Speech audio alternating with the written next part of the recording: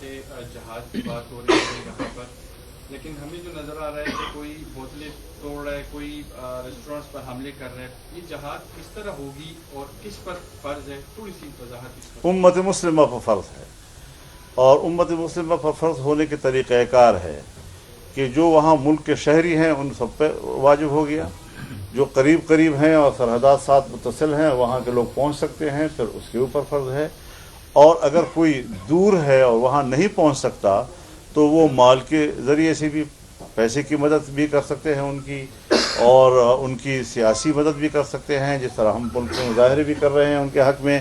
یہ آواز اٹھنی چاہیے کسی سطح پر، ان کے اس جہاد میں شریک ہونا چاہیے، چاہے وہ براہ راست مورچے میں بیٹھ کر ہو، چاہے مالی تعاون کی صورت میں ہو، چاہے وہ سیاسی تعاون کی ضرورت میں ہو، لیکن وہ تعاون ہر صورت پر ہر شکل میں ہونا چاہیے۔ جہاد ایک امر شرعی ہے، وہ مسلمان ہیں، اور نبی کریم صلی اللہ علیہ وسلم فرماتے ہیں المسلم اخو المسلم لا یظلمہ ولا یسلمہ، مسلمان مسلمان کا بھائی ہے جو نہ خود اس پر ظلم کرتا ہے اور نہ کسی دوسرے کے ظلم کے سپرد کرتا ہے۔ مولانا صاحب پی ٹی آئی کی صوبائی حکومت مائنز اینڈ منرلز ایکٹ کو بارگیننگ کے لیے استعمال کر رہی ہے تاکہ بالی پی ٹی آئی کی مشکلات میں کچھ کمی ہو، اگر یہ بل منظور ہوتا ہے تو کوئی مشکلات کم ہوتی نظر آ رہی ہیں آپ کو اڈیالہ جیل میں؟ میں ذرا ایک نامناسب بات کرنا چاہتا ہوں، معاف فرمائیے مجھے تنگ نہ کرو زیادہ، میں نامناسب بات کرنا چاہتا ہوں پی ٹی آئی والے بھی ناراض نہ ہو، وہ میرے دوست ہیں آج کل۔ دیکھیے، پی ٹی آئی نے پرویز خٹک صاحب کو وزیر اعلیٰ بنایا، آج وہ پی ٹی آئی کا ہے یا اسٹیبلشمنٹ کا ہے؟ پی ٹی آئی نے محمود خان کو وزیر اعلیٰ بنایا، اب بتائیں کہ وہ پی ٹی آئی کا ہے یا اسٹیبلشمنٹ کا ہے؟ پی ٹی آئی نے عثمان بزدار کو وزیر اعلیٰ بنایا، اب بتاؤ کہ وہ پی ٹی آئی کا ہے یا اسٹیبلشمنٹ کا ہے؟ آگے میں نہیں جاتا، قیاس کنز گلستان من باہر